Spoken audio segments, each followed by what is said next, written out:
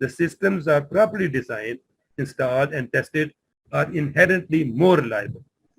Any problems with the software, however, might be difficult to detect and often expensive to correct.